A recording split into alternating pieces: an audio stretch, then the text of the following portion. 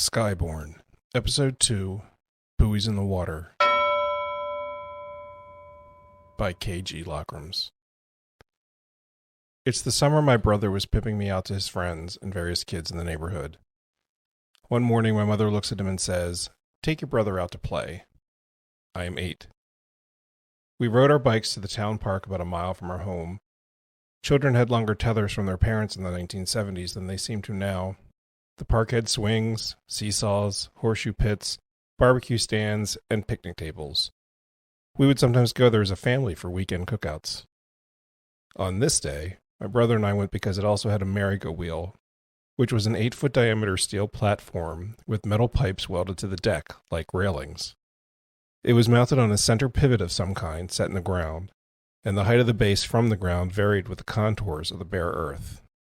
"Get on, I'll spin you," he said. I loved that thing, so I climbed on and grabbed the bar closest to the outer edge. He began to spin me. Then faster and faster. "Slow down, I'm going to be sick," I called out. He kept spinning with all his might. I started to lose my grip on the handrail and began to slip off. "Stop!" I shouted. "You should jump off," he replied. I could feel myself being pulled off the deck from the spin.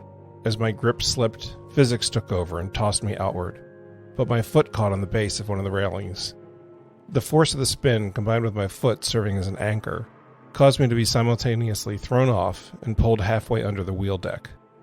I lay on my back, barely clearing the underside of the deck as it continued to spin. I moved to try and shimmy out. A piece of metal from the underside of the plate deck cut through my shirt and the skin of my abdomen. I screamed for my brother to help me and sucked in my stomach. He just stood there. The second pass missed me. Before the third pass, I managed to scramble out from under it. He hadn't moved. He was standing in the same spot he had been before I had fallen off and under, wearing a vacant smile and showing no other emotion on his face.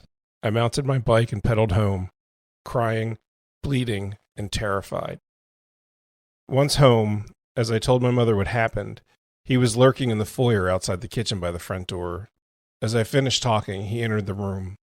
"Is what your brother said true?" she asked him, finishing the bandaging of my stomach. I told him he should have jumped off. She turned to me, grabbed me by the shoulders, and said, "You should listen to your brother."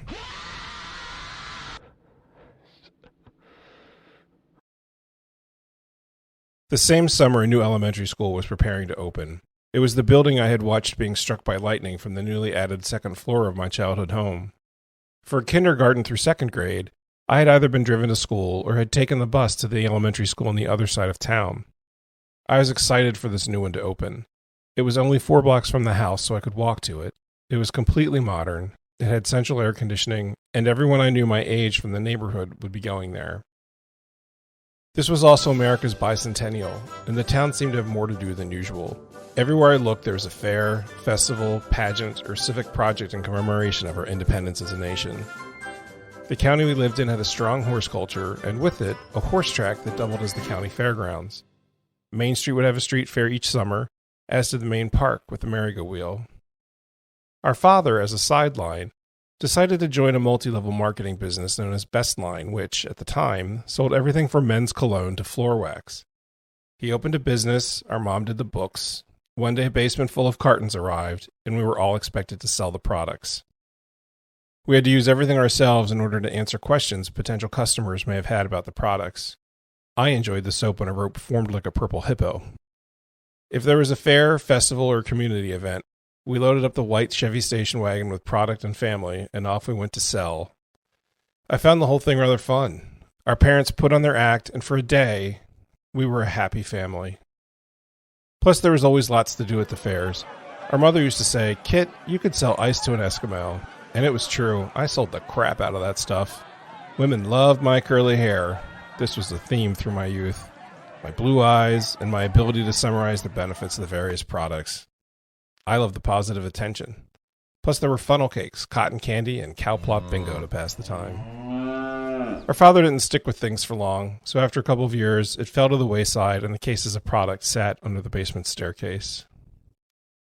One day, after the ice cream truck incident, I was riding my bike to visit a friend who lived across the street from the oldest of all the kids I had been pimped out to.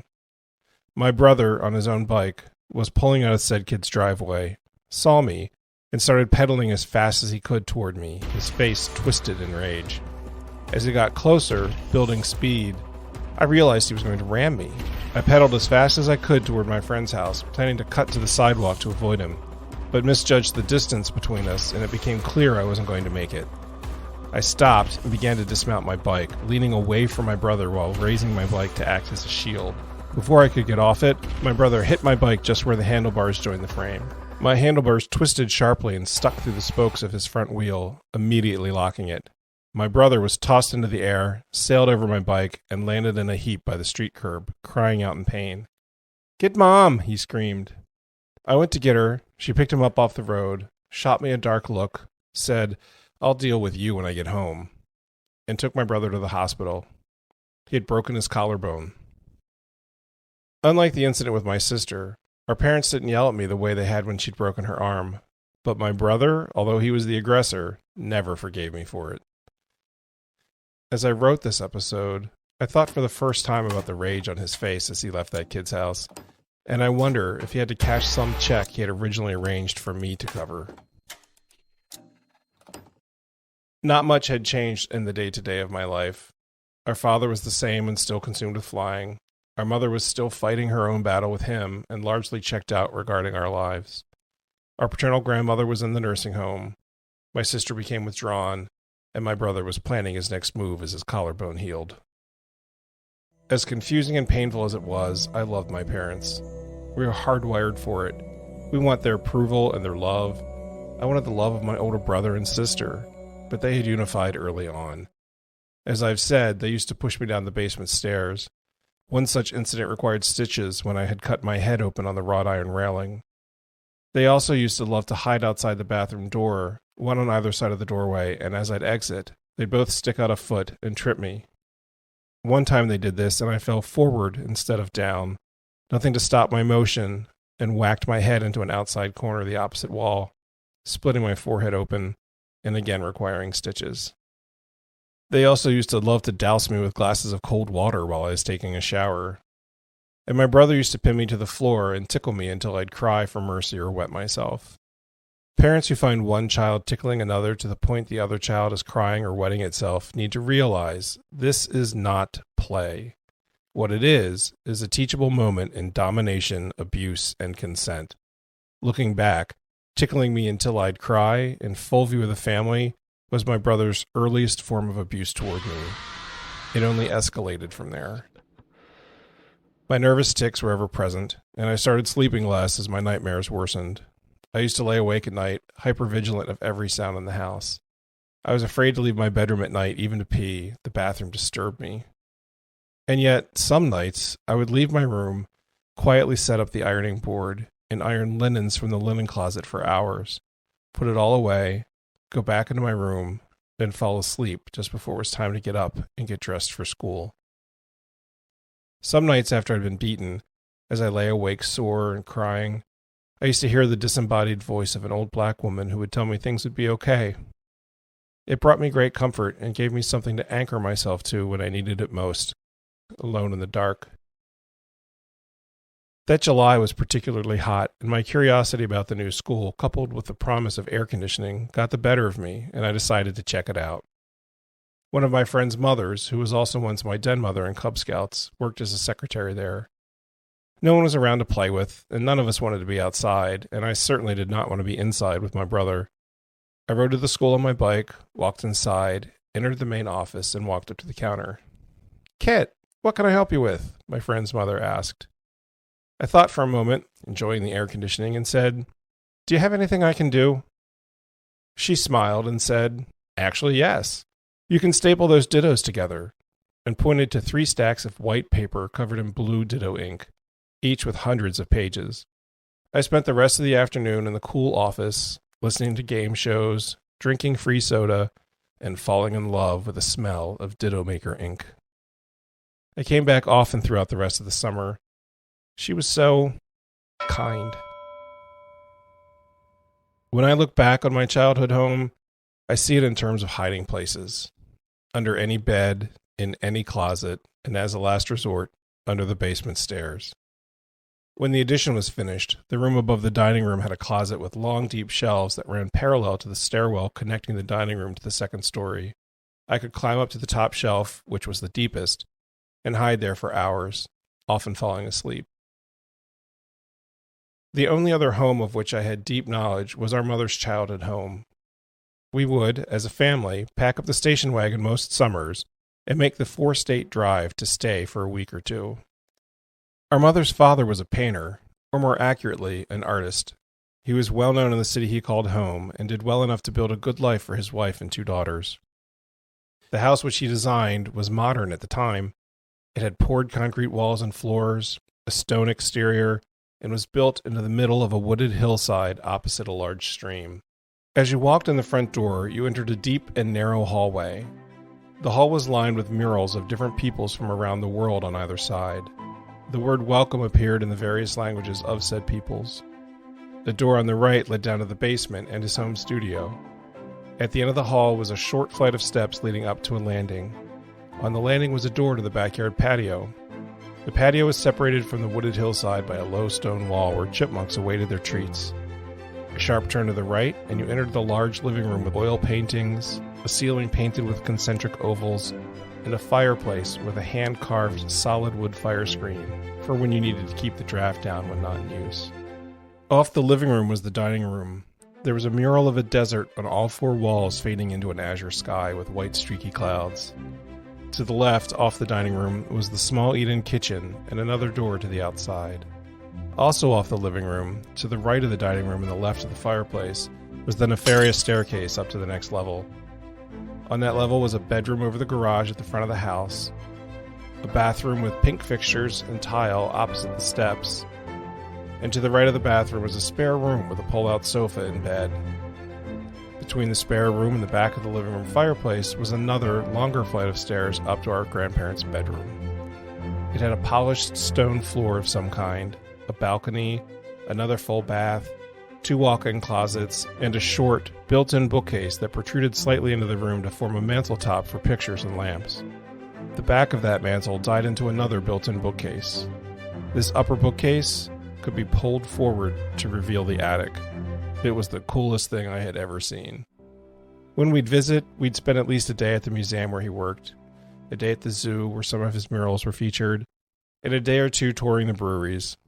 You could always smell the breweries, and they smelled fantastic. Back then, you could get tours of the manufacturing facilities that no insurance company would ever allow today. And at the end of the tour, the beer gardens. You'd be given a handful of wooden nickels, which you could exchange for free beers. We'd also get to see our aunt, uncle, and our 4 cousins.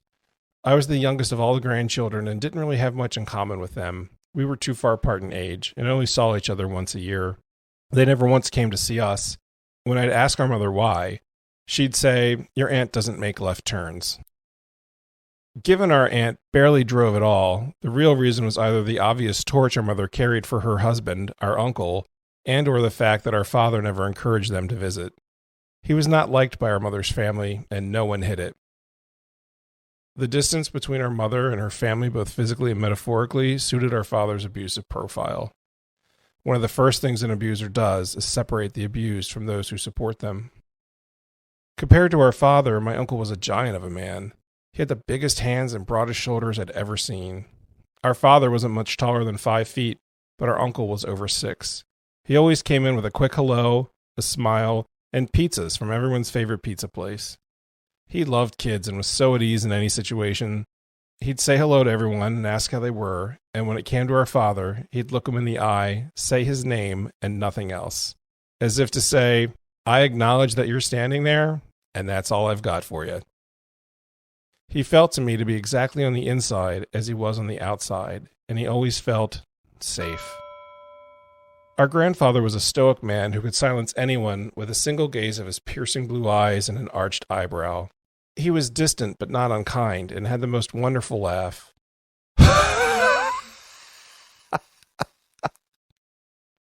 I've thought about him a lot during COVID. Born in 1899, he traveled the world as a young man practicing his art. While he was traveling in his 20s, he managed to survive the flu of 1918, which killed more people than World War I. He also lived through World War I, as well as the Great Depression. World War II, the dropping of the atomic bomb, the Korean War, the first astronaut to circle the Earth, Reverend Martin Luther King Jr.'s I Have a Dream speech, the assassination of John F. Kennedy, the passage of the Civil Rights Act, the Vietnam War, Nixon's impeachment, and more other history than I can even imagine. For all the horrors of the century he endured and witnessed, he managed to capture in his paintings the beauty of nature, life, and the world around him. Peoples, things, and places existing as they were, preserved in watercolor, pen and ink, colored pencil, or oils. He'd flick your head with a thimble-covered finger faster than you could say, "I didn't do it!" But the man had a talent for capturing the simple beauty and truth of things.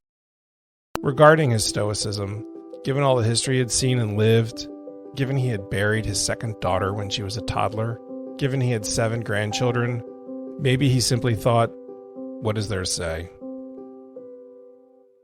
Our grandmother had been a nurse, but mostly volunteered at the hospital at this point in her life. She adored me and made me feel loved in a way no one else in my life ever had. Always glad to see me, always had a smile and a kiss. When we'd visit, there were always freshly made cookies, vanilla ice cream, and enough cans of Hershey syrup to drown out anyone's worries. There was absolutely no doubt that I was her favorite grandchild. I was her last, a boy, which mattered to her, and she adored my curly hair, blue eyes, and big smile. What I wouldn't give for those curls, she'd say every time she saw me. She always gave me the cherry from her Manhattan, and when I think of her, I smell her perfume, her bath powder, cigarette smoke, and the slight smell of whiskey on her breath. This particular summer, just before school opened, they came to visit us. When they'd come to us, there'd always be wheels of cheese, summer sausage, and occasionally our grandfather would bring a painting he'd done and leave it behind. My brother never had much interest in either of our mother's parents. My sister hated our grandmother and feared our grandfather. But me, well, our grandmother would put me on her lap, bounce me up and down on her knees, and sing in my ear, "I love you, a bushel and a peck, a bushel and a peck, and a hug around the neck." She'd tuck me in, read me a story, and when school started that fall, she walked me to the campus the first day. We had a bond that lasted until she died. I'm certain if not for her love and kindness, I would not have made it out of my family the person that I am. I would learn later she too had survived childhood sexual abuse. I often wonder if that played into her adoration of me. Did she know on some level? It seems survivors can often identify each other. It leaves an indelible impression. It was that fall that I was skyborn. My revelation that a thing which seemed dark and foreboding could reveal something beautiful filled me with one of the most frustrating emotions of my life. Hope. If unbridled, hope can make us foolish and disconnected from the reality around us. But if fettered, hope can wither and make us despair. I lived the next 20 years somewhere in between. At 6 years old, I became too old to sexually interest our father. I wondered how my brother made it to 11. I've often thought some other factor must have been introduced that caused the sudden shift in our father's attentions away from us. Maybe he found a younger boy outside the home that better suited his predilections. For as long as I could remember, for my father, sex was affection, and his punishments were what? Love? By the time my brother took over, my boundaries were destroyed. I wanted to have a connection to someone, anyone, and in those moments with the other boys, I made a type of connection. My desire was so strong to be liked, valued, wanted, seen, appreciated, loved. The boys my brother picked me out to left me feeling soiled and used. Those exchanges were about power and control, and I compartmentalized the schism between how things appeared on the surface and the underlying realities. The consensual explorations with my friends felt safe and were normal, age-appropriate behavior. They meant nothing. They were not indicators of our future sexual orientations. They were just curiosity and learning about our bodies. My natural curiosity had been twisted by my brother pressing me into service, and it took me years of therapy to pick apart and separate the two. The feeling curious from the feeling contaminated.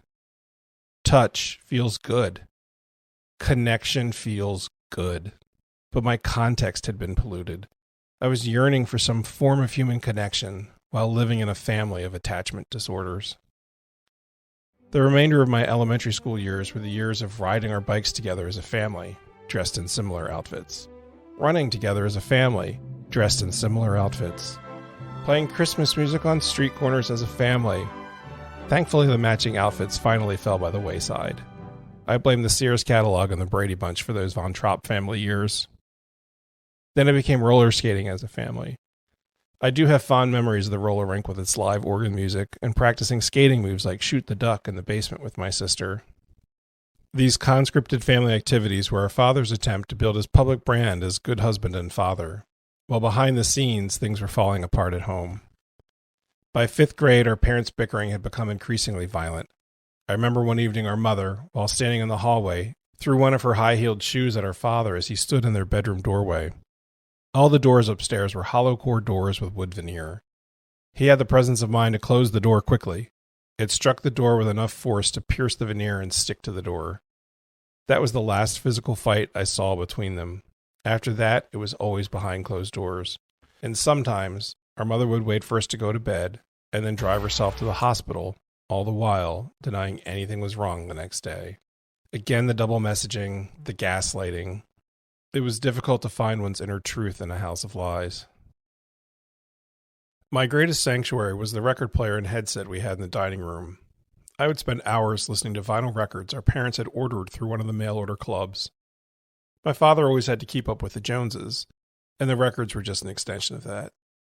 If a neighbor bought a modest above-ground pool, he'd have to buy a bigger one. If a neighbor had a small deck added to the back of their house, he'd have to build a large enclosed version, and so on. So when the albums would arrive month after month, he'd never open them. They'd just be put away. My mother encouraged any activities that required nothing of her, and so I'd be left alone for hours exploring their LPs, both old and new. As young as 6, by my own choice, I was listening to things like Henry Mancini and obsessed over Moon River. I found Simon and Garfunkel's Sound of Silence enthralling. The opening lyric, "Hello darkness, my old friend. I've come to talk to you again," spoke to my sleeping disorder in a way I could not have articulated. I'm a rock. Put words to my desire to find a way to be less vulnerable. West Side Stories somewhere let me know I wasn't the only person yearning for a better life. Peter, Paul, and Mary's Puff the Magic Dragon was my gateway to Mary Travers, and the first time I heard her sing "This Song Is Love," I cried. Erica, with the windy yellow hair, gave me hope that some adults do see struggles children face, and her "Children One and All" helped counter my father's pathological need to have more than those around us. When my father would go on some racist rant, I had South Pacific's Carefully Taught to offset the rhetoric, reminding me that hate is taught. I had Janice Ian's Society's Child to further open my mind about race. And given I lived in a county with an active Ku Klux Klan and had seen a cross burning as a child, it was much needed. Barbra Streisand's People. I didn't understand how needing people made me very lucky, but I was desperate to believe she was right.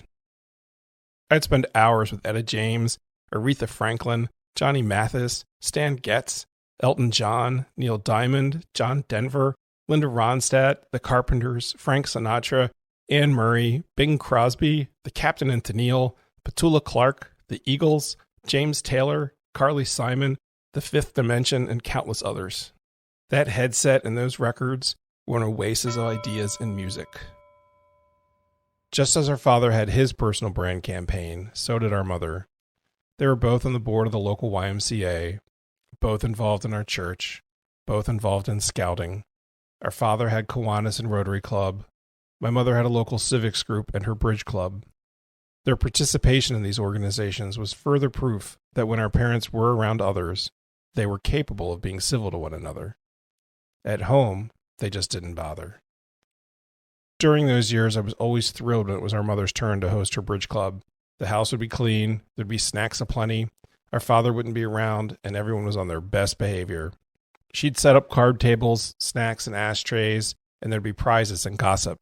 It was something our mother always looked forward to hosting or attending, and always put her in a good mood for the day. I'm in 3rd grade now, and the new school was fantastic and modern. It had rooms with movable and collapsible walls. The bathrooms had a large circular water fountain at least 5 feet in diameter, where we could all wash our hands. The water flow was activated by a foot pedal. There was a school store, a beautiful gymnasium, a large open cafeteria that transitioned into a stage at the opposite end from the kitchen, and I already mentioned the air conditioning. The grounds were equally well done. There were swings, jungle gyms, a half court, a fort complete with faux cannons, these weird concrete saddle-shaped creatures on heavy-gauge springs that we could rock forward and backward on, and a tall metal slide that was so fast you'd practically eject at the bottom. And in the sun of the summer, the metal would get so hot it would practically burn the skin right off the backs of your legs. It was fantastic. I couldn't wait to go to school every day. As things went in my life, 3rd grade wasn't so bad. Now 9 and in the 4th grade, my brother was a high school freshman and drinking and smoking pot. One day at breakfast, he and our mother had gotten into an argument. They were facing each other. I saw his hand curl into a fist, and suddenly he punched her in her stomach as hard as he could. She doubled over and able to catch her breath, and he ran out of the house to go to school. He and our father were fighting all the time now, both verbally and physically. My mother, sister, and I now lived with 2 physically abusive men. Nothing ever came of his assault on our mother. Our father couldn't have cared less, considering he had sent her to the hospital on more than one occasion himself. And for our mother, the sun always rose and set on her firstborn child. One night at dinner, my brother was writing me about something. I was fully in his sights now, and it was an endless barrage. Our parents didn't intervene much, which I felt was part of their general distancing from me after his revelation that I'd been blowing my friend. He said something particularly cruel, and for the first time in my life, I opened my mouth to say something in my defense.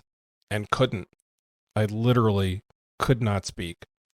I had the words in my head, but the muscles in my throat seized, and all I could do was make a sort of wheezing noise.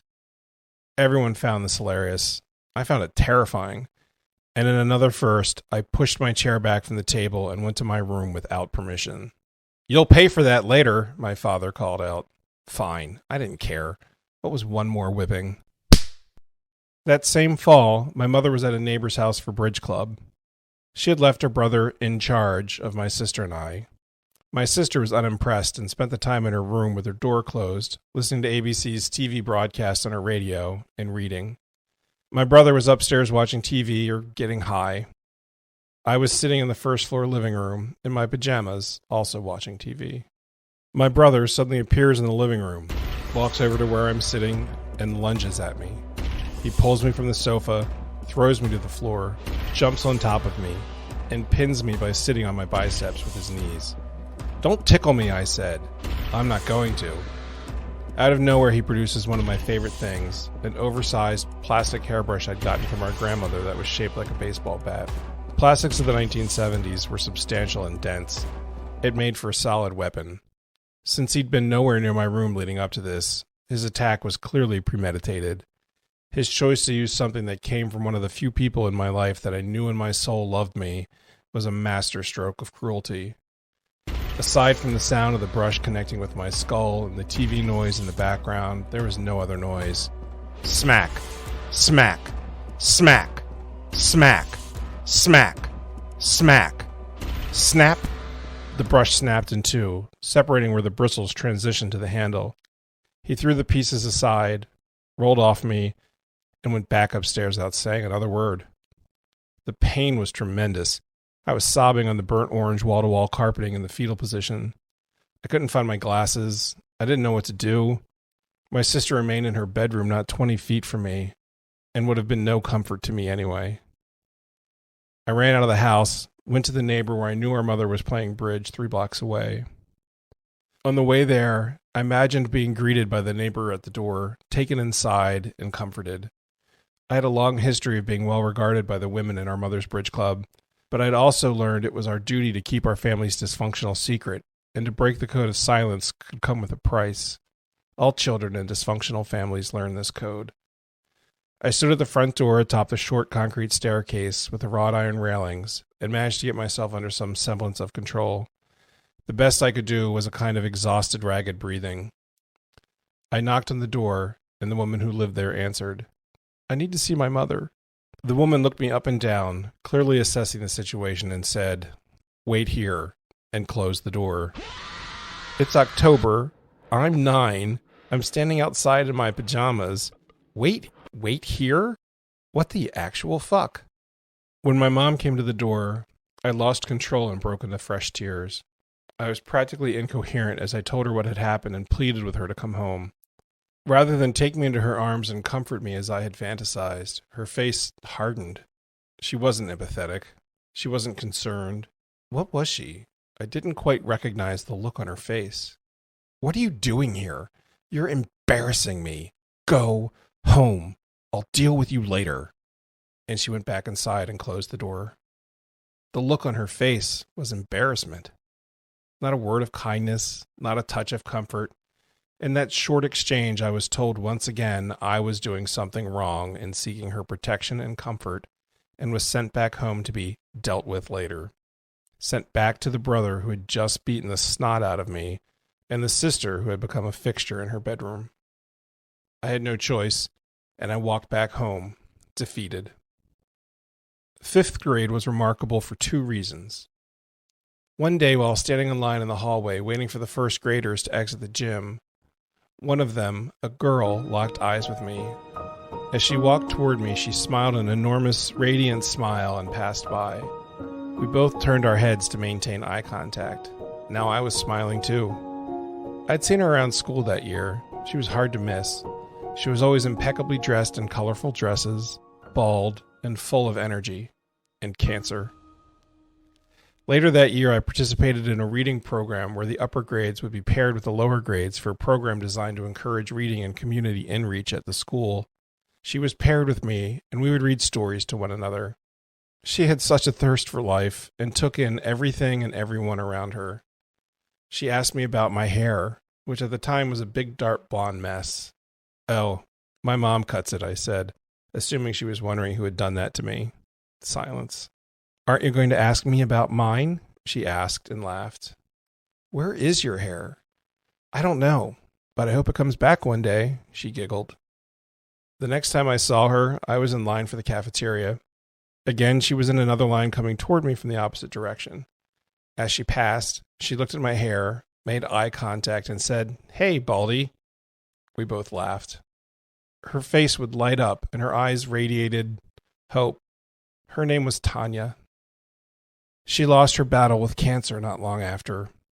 She spent less than 30 minutes in my life, yet I have thought of her lightness of spirit, her smile, and the hope in her eyes countless times throughout my life. What a gift she gave me. Later that spring, as the school year was coming to a close, it seemed my classmates started developing crushes on each other. Apparently, I had developed a crush too, on our math teacher. "Why are you always staring at Mr. I?" one of my friends asked me in math class. "What do you mean?" I really didn't know. "You're always watching him." Was I? I turned and looked at him. He was a young man, not long out of college, who worked construction during the summer. He had a dark complexion, was very muscular, with a huge mane of dark wavy hair, full lips, a cleft chin, and a full mustache. He was clad in tight polyester from head to toe and had the hairiest forearms I'd ever seen on a man. "It's weird. Stop being a fag." At that time, for someone that age to call someone a fag was one of those words which may or may not have actually carried the derogatory undertone used against someone who was actually gay. Fag was hurled as a general insult like spaz or dork. We heard it from our parents who did mean it in the derogatory, but we were still putting all that context together. Typically, when we'd call someone a fag, we just meant the person was odd in some way. But I had heard that word already from our father about Jeff at the airfield. And our mother always referred to one of the tellers at her bank as that faggoty teller, Michael. I had a feeling about what it meant, but I never really thought much about it. After school, when I got home, I pulled out our well-worn dictionary with the white pleather cover. Any time we would call out, "How do you spell?" the answer would always be, "Look it up. I'm not your dictionary," which served me well in the long run. Our dictionary was unabridged, which also made it great for pressing flowers, and the one I'd put in there last summer was now perfectly preserved. I lay down on my belly on the living room floor and flipped to the F's. Faggot, noun. A bundle of twigs, sticks, or branches bound together. See also homosexual. That was a word I didn't recall hearing. Homosexual, pertaining to, characteristic of, or exhibiting homosexuality. A homosexual person. On to homosexuality. Homosexuality, noun. Sexual desire for others of one's own sex. I close the dictionary. Huh.